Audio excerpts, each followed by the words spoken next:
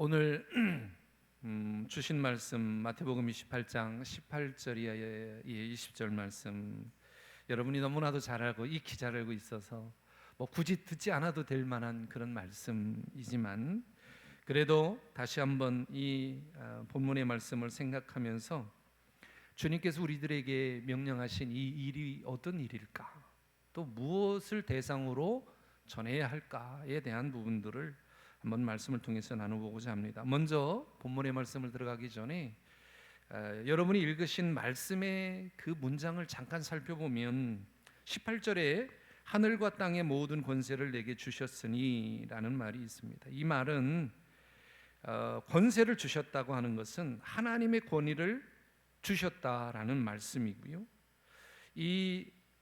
내가 너희에게 권세를 주셨다라고 하는 것은 예수님의 십자가의 죽음과 부활을 통해서 하나님의 구원 사역을 완성하고 또 하늘과 땅의 절대적인 권세를 가지신 주권자가 되신 예수님이 가지신 능력을 우리 인간들에게 주시겠다라고 말씀하는 거예요. 그 능력을 받아서 그러므로 너희는 가서 모든 민족을 제자로 삼아. 이 말은 가서라고 하는 이 단어에 우리가 좀 생각을 많이 해야 되는데, 이 가서라고 하는 것은 능동적인 어떤 선교적 삶을 강조하는 부분이죠. 교회가, 제자가, 성도가 신앙인으로서 살아가는 데 있어서 가장 중요한 것은 가는 겁니다. 가서 무엇인가를 해야 하는 거죠. 여기에 보면 모든 민족을 제자로 삼아라는 말이 있는데, 모든 민족은 어느 특정 민족이 아니고 온 세계의 모든 사람을 포함하는 거죠. 그 사람들에게 가서 제자를 삼아, 즉 신앙의 훈련을 통한 성장, 공동체 양육을 포함한 모든 것을 그들에게 가르쳐야 한다라는 말씀이에요. 그리고 나서 세례를 베풀어라. 여러분이 세례의 의미는 여러 번 수도 없이 말씀드렸지만, 이 제자 삼는 과정에 있어서 세례를 받는 것이 어떤 의미냐면 공식적인 시작을 의미하는 거예요. 그래서 제자로서 살아가기 위해서는 우리가 교회의 일원이 되는 이 세례의 의미도 있지만, 제자 삼는 과정의 공식적인 시작이 세례를 받는 겁니다. 누구의 이름으로? 아버지와 아들과 성령의 이름으로. 이 말은 모든 것은 삼위일체 되시는 하나님의 이름으로 이루어져야 하며 연합을 뜻하는 것이기도 합니다.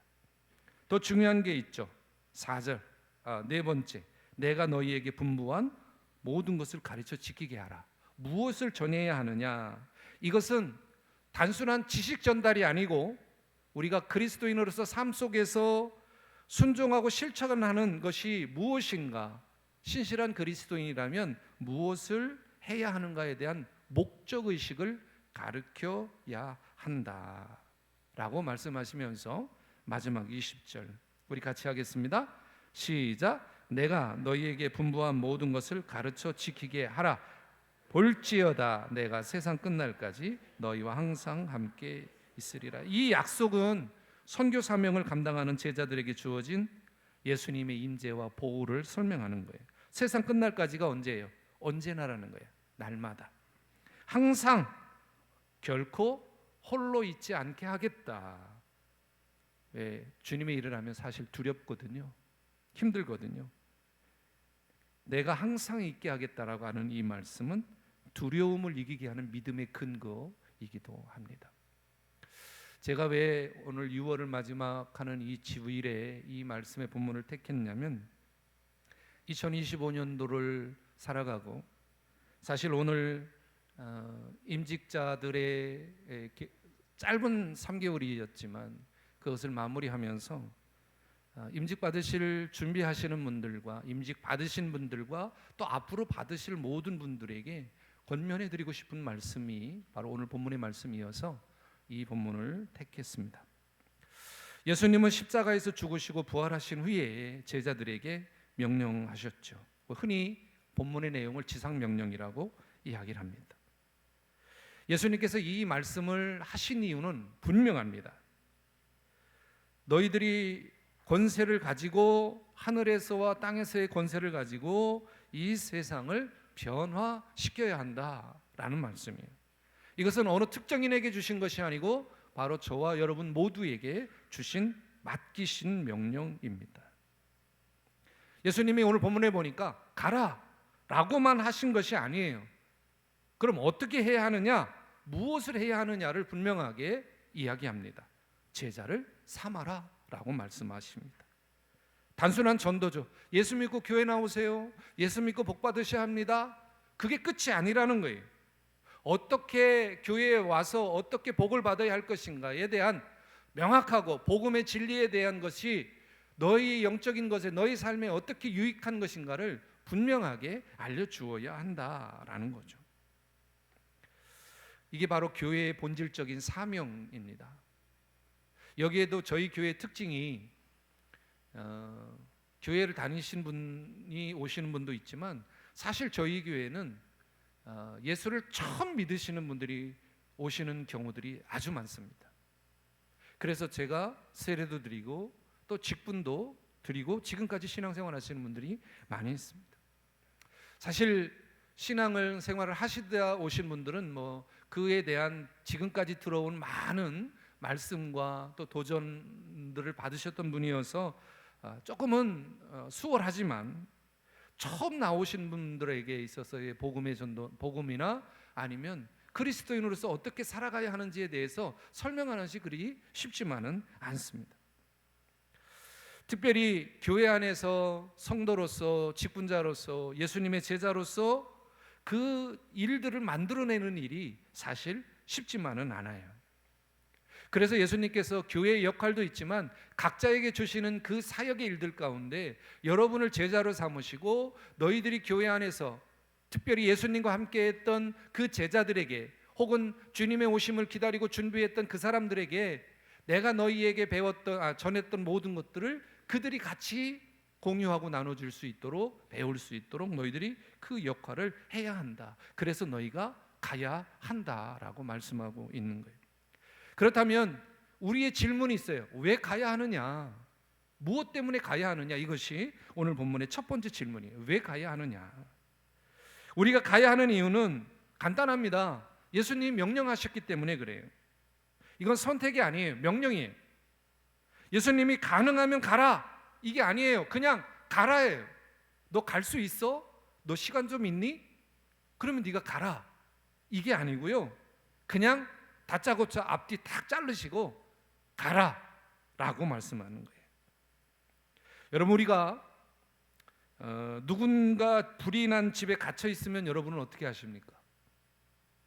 여러분 어떻게 해요? 지켜만 보고 있습니까? 아이고 어쩌 이러고만 계십니까?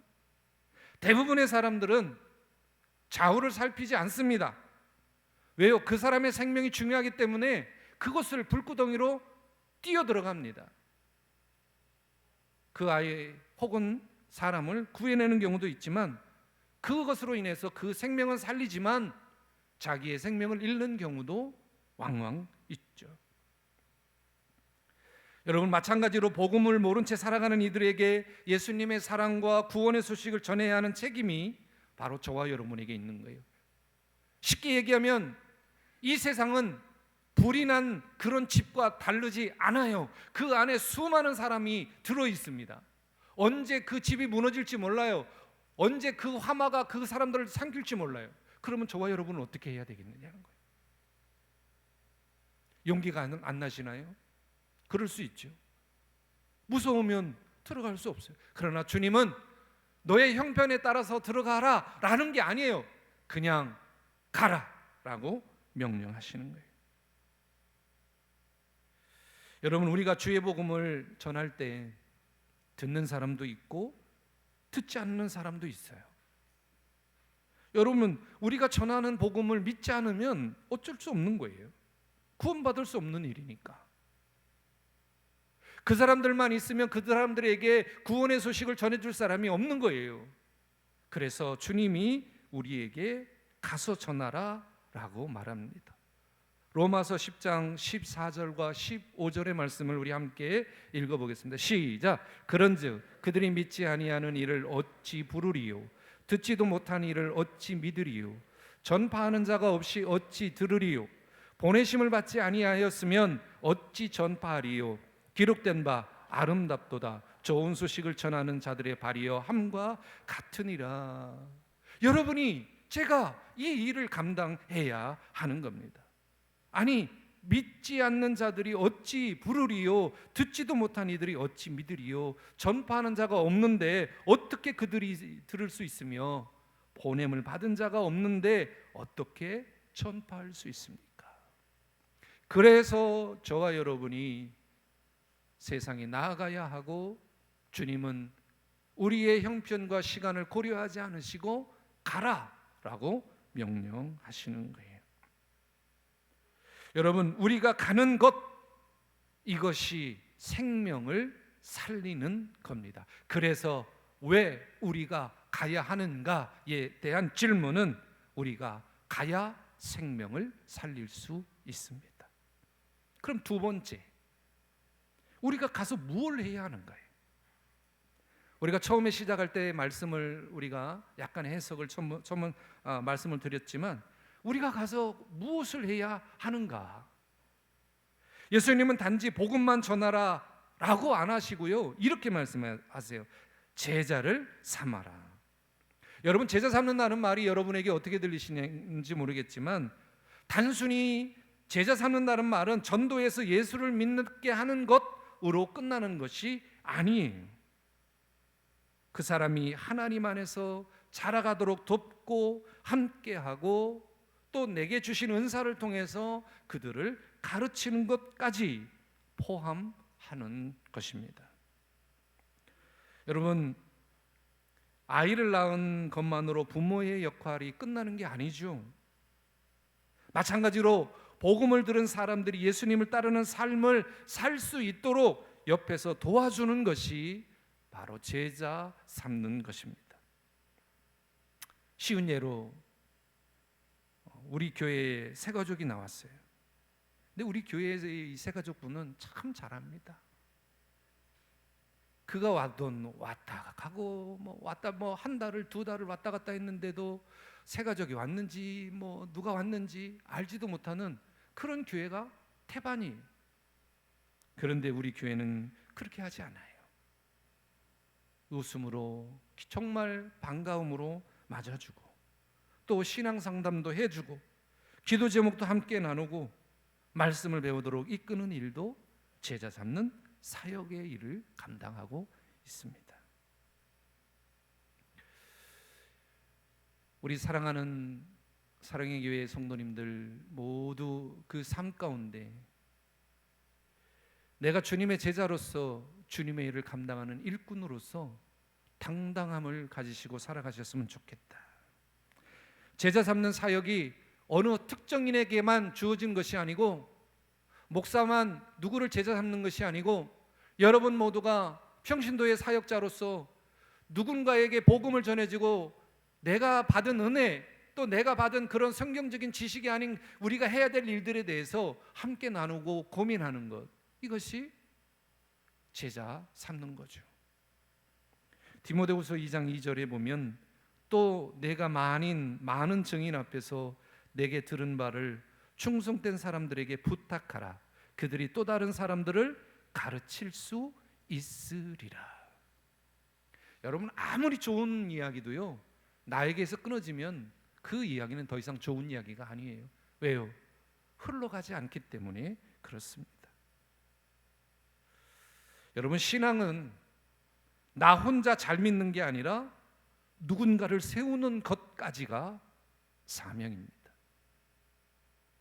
제가 제자 훈련을 하면 꼭 물어보는 게 있습니다. 첫 시간에, 여러분, 재생산이라고 하는 것이 무엇입니까? 라고 물어봅니다.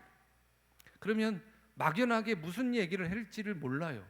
재생산이라고 하는 단어도 생소한 단어이지만, 아니 도대체 이 재생산을 해야 된다는 말이 무슨 말이야? 그러면 이렇게 처음에 시작하죠. 과일에서 사과를 따는 것, 또 따는 것을 재생산이라고 합니다. 근데 실질적인 재생산은, 여기 제자 훈련하시는 분 계죠. 재생산은 뭐예요? 재생산은 뭡니까? 나와 같은 또 다른 나를 만드는 게 재생산이에요. 그 나무에서 과일을 따는 게 아니고 내가 튼튼한 과실수로 자라서 내가 성령의 열매를 나를 통해서 만들어지고 따는 그런 역할을 하고 있다면 나와 똑같은, 아니 나보다 더 건강한 제자를 만들어내는 것이 바로 재생산이죠. 그 재생산의 시작은 누구였습니까? 예수님으로부터 제자들에게 전수된 거죠. 오늘 이 말씀의 내용에 근거했다 볼 수 있는 겁니다. 그래서 신앙은 나 혼자 잘 믿는 게 아니고 누군가를 세우는 것까지가 사명입니다. 이제 한 1년 반 동안 저희가 제자훈련을 쉬었었습니다. 이제 제자훈련 임직 받으실 분들이 저희들은 약속이 되어져 있습니다. 혹시 피해갈까 싶어서 한 번 더 말씀드리지만 임직 받으실 분들은 무조건 안 하신 분들은 조건이 있었습니다. 제자훈련을 해야 한다라고 하는 어마무시한 그러한 약속이 있었습니다. 그래서 시간은 뭐 멀리 있지 않습니다만은 이제 5기가 출발합니다. 혹시 나는 임직 받으실 분은 아니지만 제자훈련을 하고 싶으신 분들, 제자훈련은 나이도 상관없어요. 저희 뭐 누구라고 지칭하면 다 아실 저희 교회에서 가장 나이 많으신 분도 제자훈련을 하셨습니다. 여러분의 마음이 어떻게 준비되느냐가 중요한 거죠. 그래서 5기를 시작하겠다는 말씀을 선포하면서, 그렇다면 마지막 주님의 명령에 따른 결과가 무엇이냐? 가라 했는데 내가 갔어요. 그 사람들을 제자를 삼으라고 했어요. 그들을 삼았어요. 그러면 나에게 무슨 뭐가 있을 거 아닌가라고 하는 생각을 한번 해보게 되는 거죠. 그 약속은 바로 20절 하반절에 있습니다. 볼지어다 내가 세상 끝날까지 너희와 항상 함께 있으리라. 주님은 명령만 주신 게 아니에요. 가라 라고만 하신 게 아니에요. 제자 삼아라 라고만 하신 것이 아니에요. 약속도 함께 주셨죠. 내가 세상 끝날까지 너희와 항상 함께 있으리라. 사실 누군가를 전도해야 하는 것이 되게 부담스러울 때가 많이 있어요. 어렵게 느껴질 때가 있어요. 사람들이 거절하거나 전도하면 비웃을 때도 있죠. 그리고 내 자신이 부족하다고 느껴질 때도 있습니다. 아니 많습니다. 그런데 우리 주님이 그냥 두시느냐? 아니에요. 우리 예수님은 여러분을 절대 홀로 내버려 두지 않으십니다.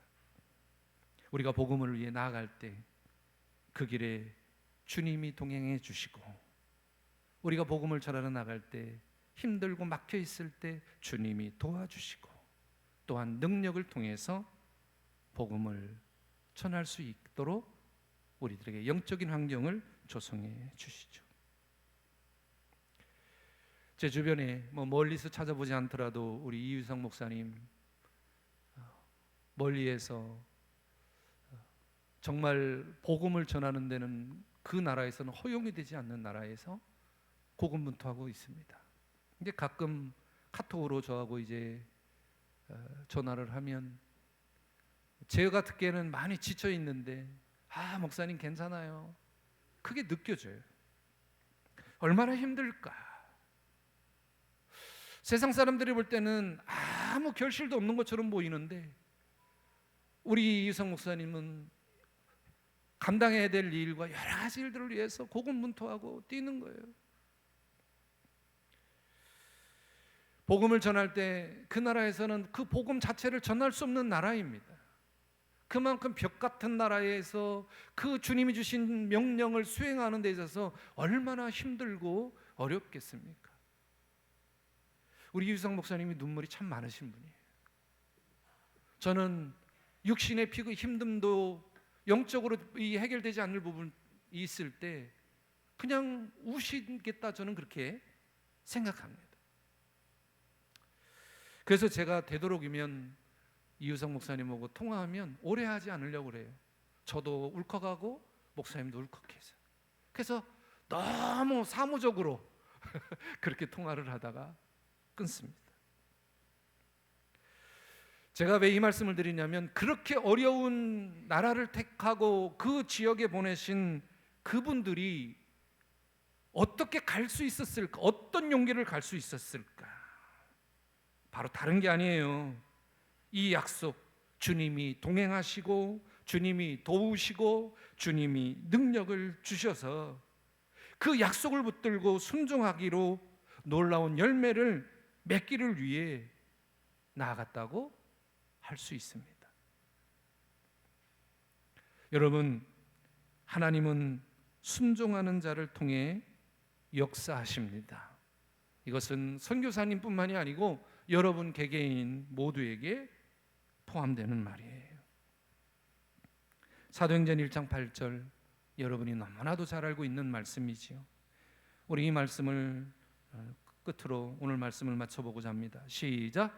오직 성령이 너희에게 임하시면 너희가 권능을 받고 예루살렘과 온 유대와 사마리아와 땅끝까지 이르러 내 증인이 되리라 하시니라. 아멘. 주님의 명령에 순종할 때 나가 혼자 아니라는 거예요. 성령께서 함께 하시고 능력을 주신다는 거예요. 이 능력이 두나미스, 다이나마이트와 같은 놀라운 폭발력이 있는 힘이라고 얘가 누누이 말씀드리지 않습니까? 여러분, 우리가 성령님을 의지해야 하는 이유가 바로 여기에 있는 거예요. 우리가 신앙생활을 하고 각자의 삶에서, 선교의 현장에서, 우리의 삶의 터전에서 성령님을 의지해야 하는 이유가 바로 여기에 있는 거예요. 그분을 의지했을 때와 의지하지 않을 때의 그 효과는, 아니 나타나는 능력은 너무나도 다르기 때문에 우리는 성령님을 의지해야 하고, 그분이 주시는 다이나마이트와 같은 이 건물도 한순간에 폭삭 주저앉힐 수 있는 그 능력을 우리는 성령님을 통해서 받을 수 있는 거예요. 선택은 누구에게 있어요? 따라합시다. 나에게 있습니다. 나에게 있습니다.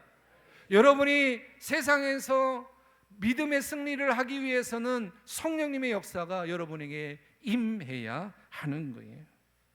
저는 여러분, 오늘 이 전교인 찬양 예배에 참여한 여러분 모두가, 그리고 오늘로 짧지만 임직자의 모든 과정을 마치는 13분의 준비되어진 일꾼들, 그리고 앞으로 준비되어질 많은 분들에게 이렇게 여러분에게 선포하고자 합니다. 여러분은 혼자가 아닙니다. 여러분을 도우실 분이 계십니다. 바로 그분이 성령님이십니다. 그분과 함께 하시기를 주님의 이름으로 축원합니다. 왜 가야 하느냐? 주님이 명령하셨고 세상은 복음이 필요하기 때문에. 가서 무엇을 해야 하느냐? 사람들을 주님의 제자로 세우는 것. 가면 어떤 결과가 있느냐? 주님이 함께 하시고 성령의 능력으로 일하십니다. 가서 제자 삼아라, 세례를 베풀고 가르쳐라, 내가 너희와 함께 하겠다. 이 명령 앞에 순종함으로 나아가시는 여러분 모두가 되시기를 주님의 이름으로 축원합니다.